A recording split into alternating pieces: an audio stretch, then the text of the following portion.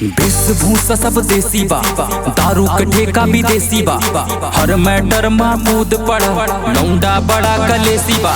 वेशभूषा सब देसी बा, दारू के ठेका भी देसी बा, हर मैटर महमूद पड़ाई लौंडा बड़ा कलेसी बा। चिड़चिड़ापन भसब के लौंडा लागे खत्म सबके, चिड़चिड़ापन भलौंडा लागे खत्म जेके शोर मजाक यो मस्ती भा। लौंडा बस्ती की हस्ती बा, लौंडा बस्ती की हस्ती बा, बस्ती के हस्ती, बस्ती के हस्ती, लौंडा बस्ती के हस्ती बा, लौंडा बस्ती के हस्ती बा, लौंडा बस्ती के हस्ती बा, लौंडा बस्ती के हस्ती बा।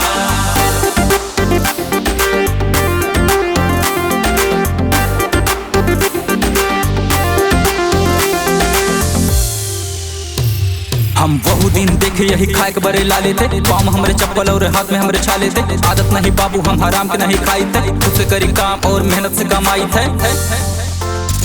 कुछ दिने में ऐसे ढिंढोरा भवा, बदनाम आई गौवा के छोरा भवा। कीचड़ में कल तक पाड़ा रहन जे, अब वही लौंडा रेशम के डोरा भवा। चिड़चिड़ापन भलौंडा लागे खत्म जेके शोर मजाक यो मस्ती भा। लौंडा बस्ती के हस्ती बा, लौंडा बस्ती के हस्ती बा, बस्ती के हस्ती, बस्ती के हस्ती, लौंडा बस्ती के हस्ती बा, लौंडा बस्ती के हस्ती बा, लौंडा बस्ती के हस्ती बा, लौंडा बस्ती के हस्ती बा, लौंडा बस्ती के हस्ती बा।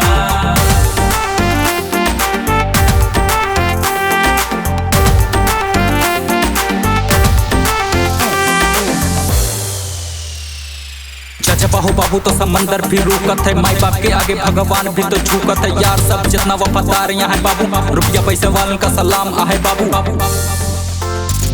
यही खेते के माटी में पाला, यही सरकारी स्कूल में पढ़ा, यही माई बाप हमर भगवान है। हम चलती सड़क पर तो चला यही, चिड़चिड़ापन भलौंडा लागे खत्म जेके शोर मजाक यो मस्ती भा।